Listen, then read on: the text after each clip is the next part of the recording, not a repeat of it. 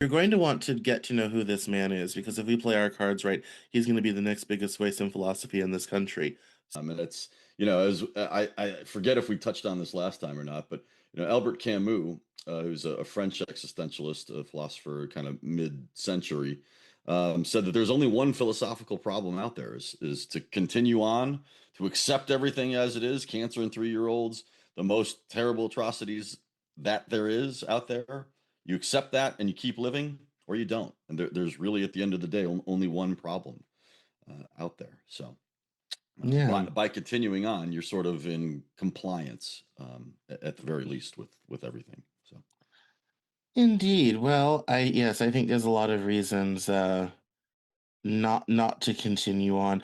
I would never want to make that decision based upon the terrible state of the world. That one doesn't make a lot of sense to me.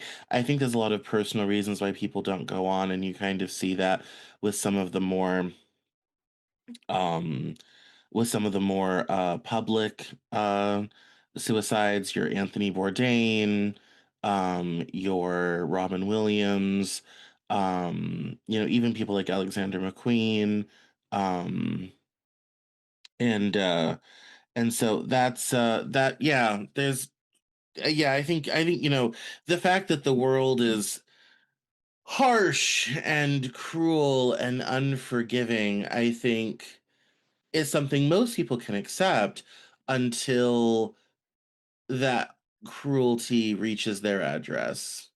I think that's when people start to give up and lose hope, don't you think?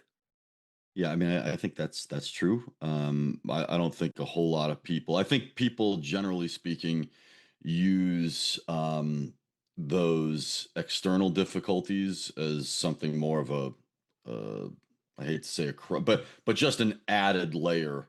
Um, of something to lean on, unfortunately, because they themselves are internally, likely not satisfied with their own lives and their relationship, right, to the world and the life that they generally have. So, Yeah. yeah, I mean, that whole choice is um, is obviously a very personal one, but my rebuke to that would be, that there's always hope, that that every day the sun rises, there's hope, right?